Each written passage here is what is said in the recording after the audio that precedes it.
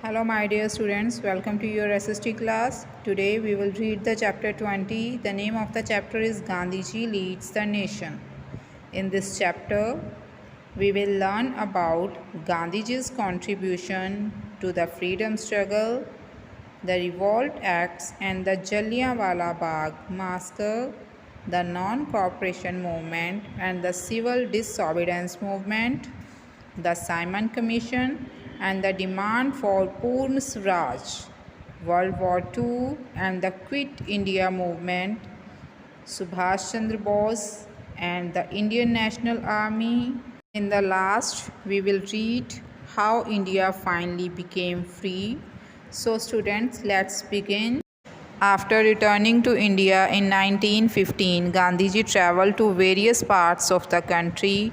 1915 में south Africa से जब गांधी जी इंडिया वापस आए तो उन्होंने कंट्री के इंडिया के अलग अलग पार्ट्स में ट्रैवलिंग की, वहाँ की यात्राएं की. He wanted to know more about the people, वो लोगों के बारे में अच्छे से जानना चाहते थे.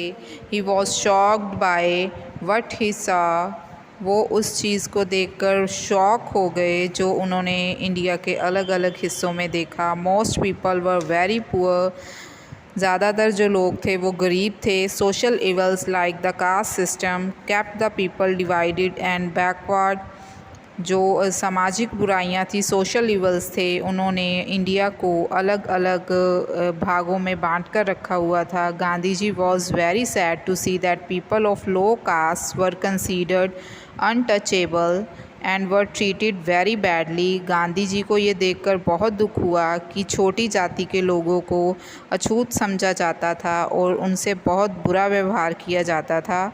ही realised that to unify the people of India the social evils had to be removed. उन्होंने ये महसूस किया कि इंडिया के लोगों को यूनिफाई करने के लिए, इकट्ठा करने के लिए पहले इंडिया में से ये सामाजिक बुराइयां हैं जो समाज में फैली हुई, उनको रिमूव करना होगा, हटाना होगा.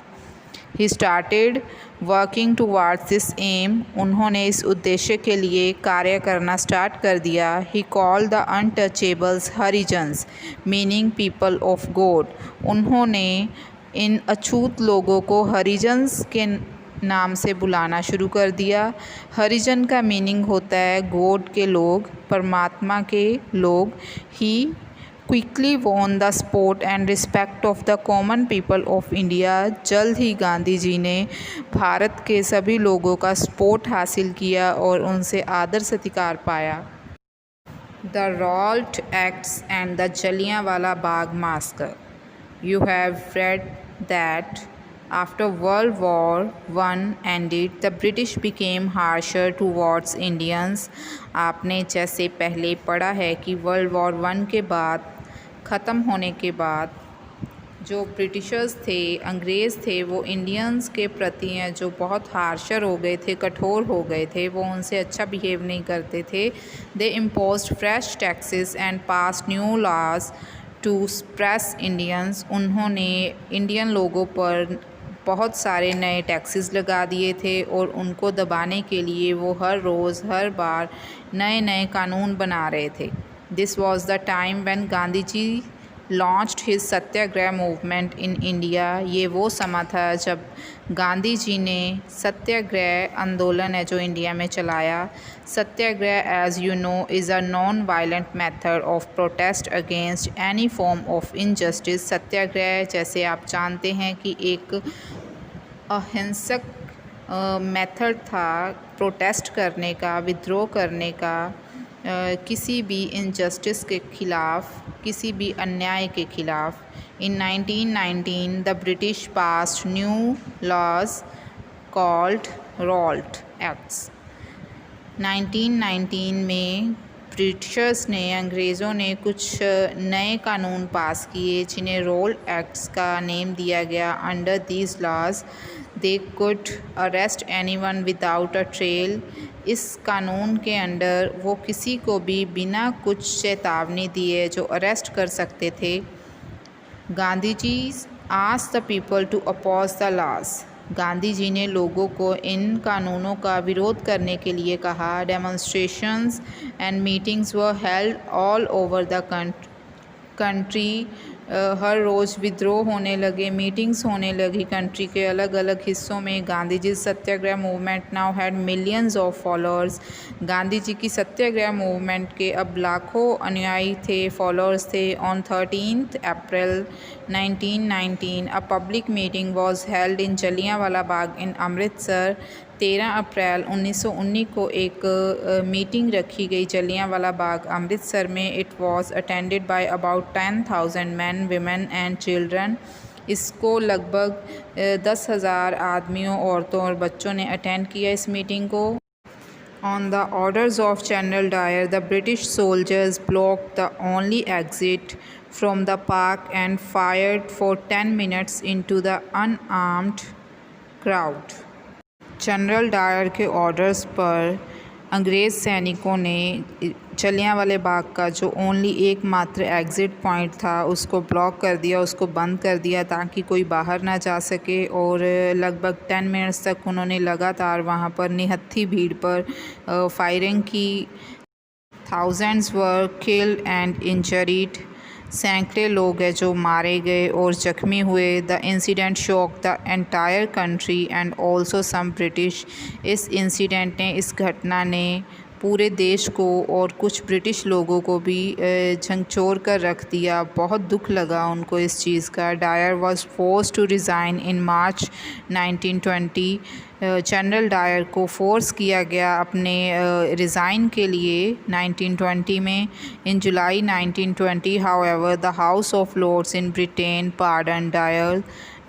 हालांकि 1920 में जो हाउस ऑफ लॉर्ड था ब्रिटेन का, उन्होंने जनरल डायर को क्षमा कर दिया, माफ़ कर दिया।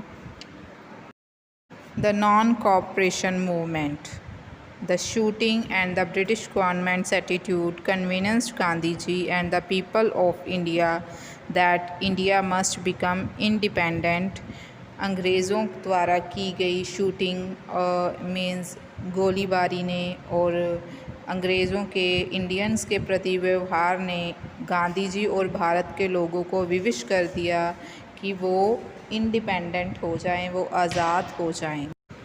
Gandhi ji now launch the non cooperation movement. Gandhi ji ने असहयोग आंदोलन को शुरू किया। He asked the people of India not to cooperate with the British. उन्होंने इंडिया के लोगों को कहा कि वो ब्रिटिशर्स का, अंग्रेज़ों का सहयोग बिल्कुल ना करें। Indians working for the British government resigned.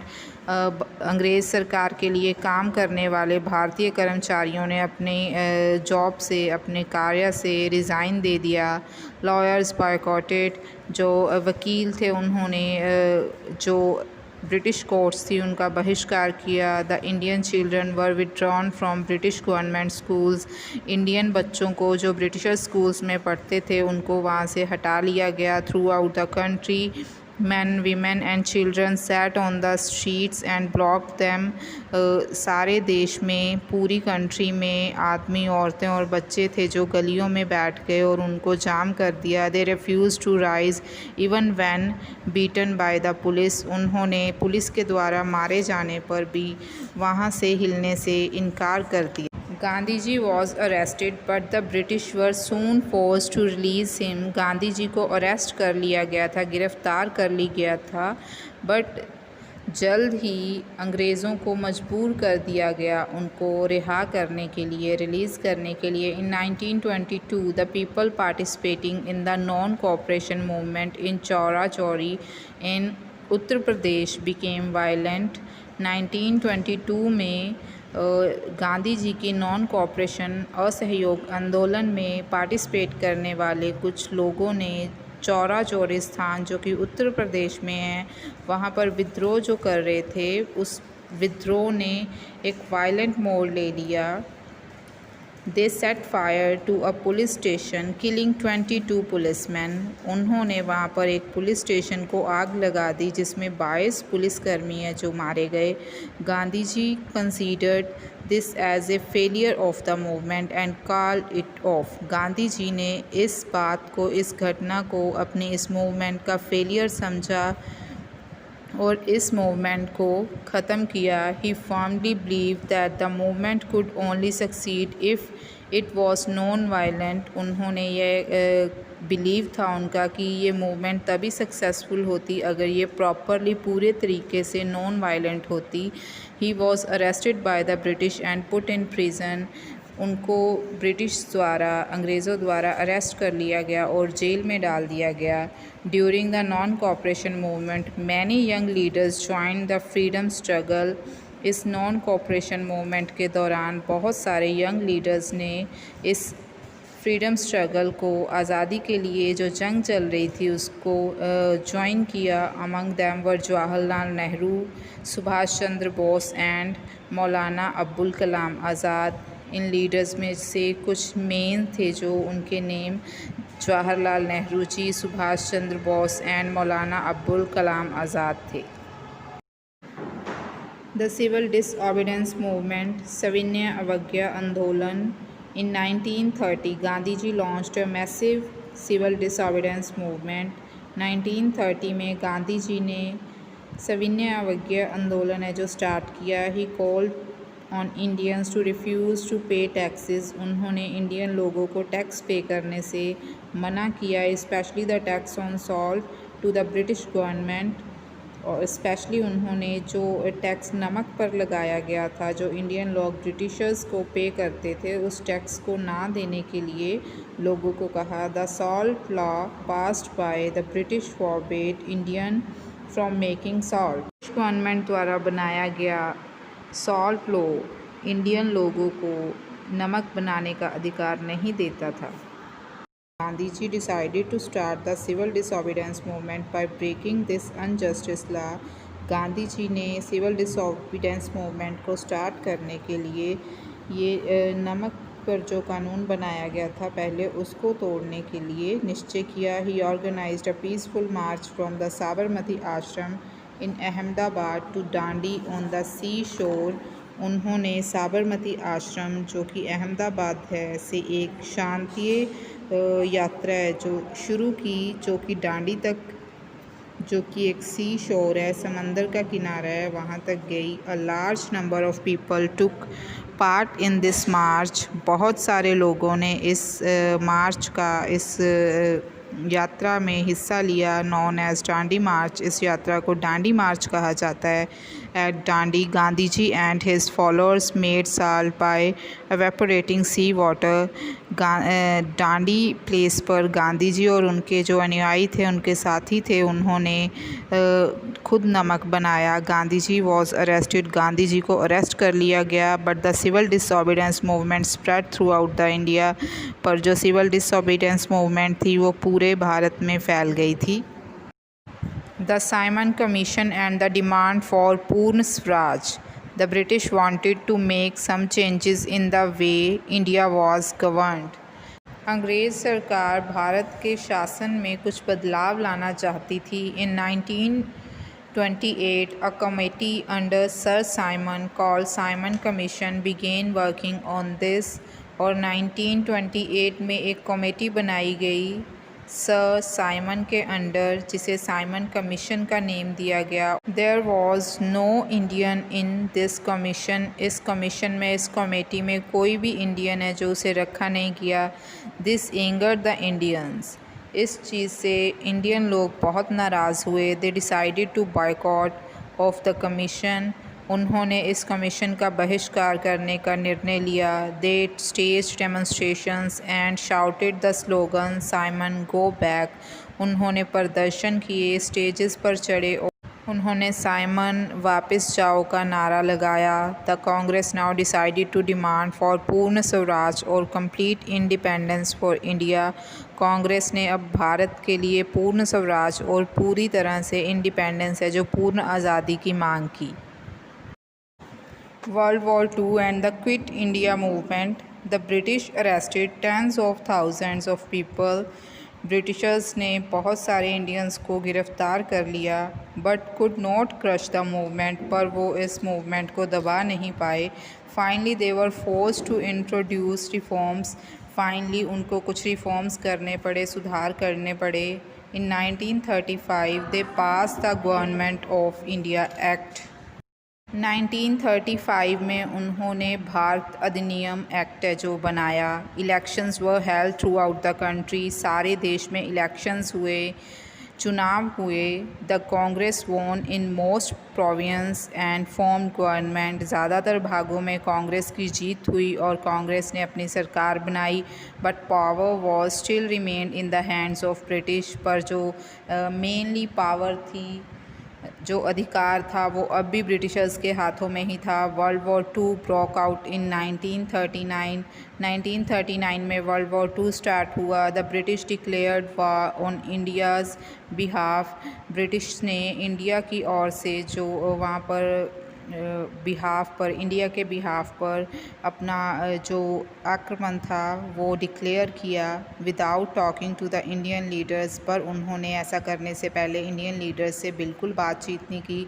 In protest, इस चीज़ के विद्रोह में, the Congress ministers in the province resigned, जो कांग्रेस मिनिस्टर्स थे अलग अलग क्षेत्रों के, उन्होंने अपना रिज़ाइन दे दिया। The Congress declared that India would not join the war until the British granted complete independence.